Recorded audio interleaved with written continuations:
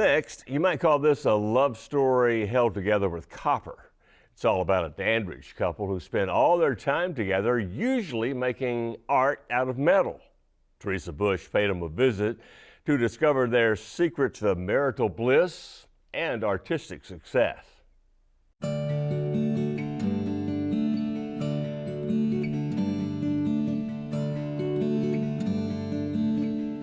I see the red coming, so I know it's almost ready. Here we're going to turn the whole thing red first. We can go back and we can get some color into this. And then we do the other side, like that.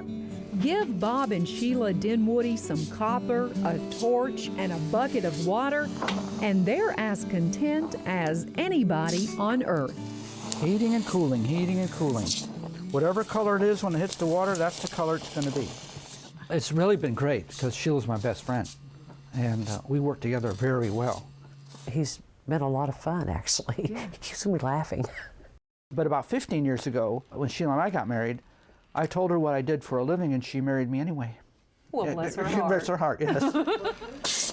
Bob's love for copper art began in the early 70s when his father, Stan Dinwoodie, learned the craft just to pass the time. When he retired for the third time, he wanted something that wasn't building and was not real estate. So he took lessons from an artist in Sarasota once a week for a year. Stan was very successful selling his art at craft shows all across the country. Bob started helping him out in 1983, then Sheila joined when she married Bob. Then the couple moved to Tennessee to be halfway between the nation's largest shows and to be near their retail store in Gatlinburg. Bob and Sheila make most of the art in the basement of their Dandridge home. Their pieces include wall hangings, some of them up to 6 feet wide, tabletop fountains up to 3 feet tall, business card holders, bird feeders, Christmas decorations, and so much more.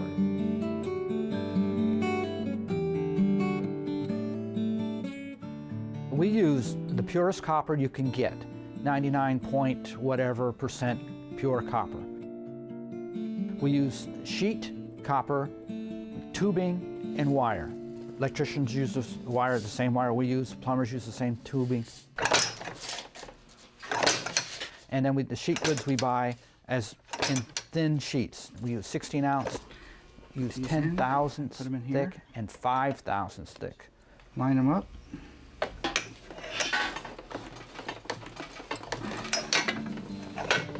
Leaves, birds, flowers, bears, fish, and angels are just a few of their many designs.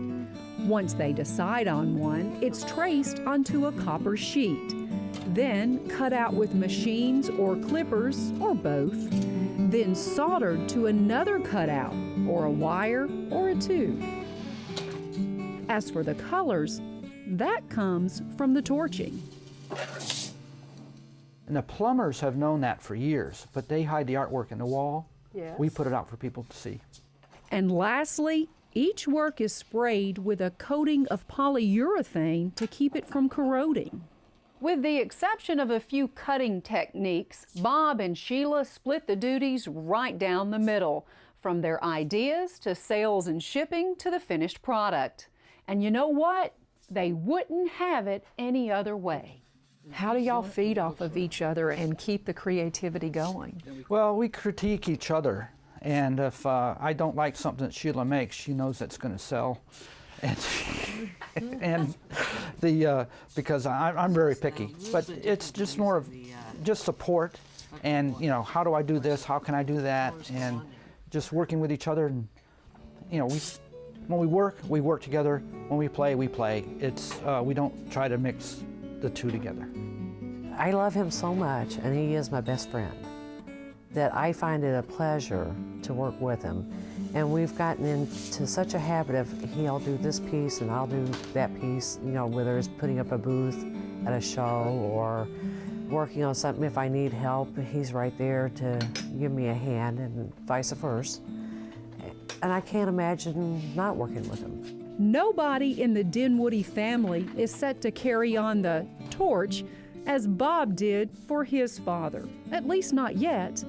But until that day comes, Bob and Sheila will continue doing what they love, creating art out of copper.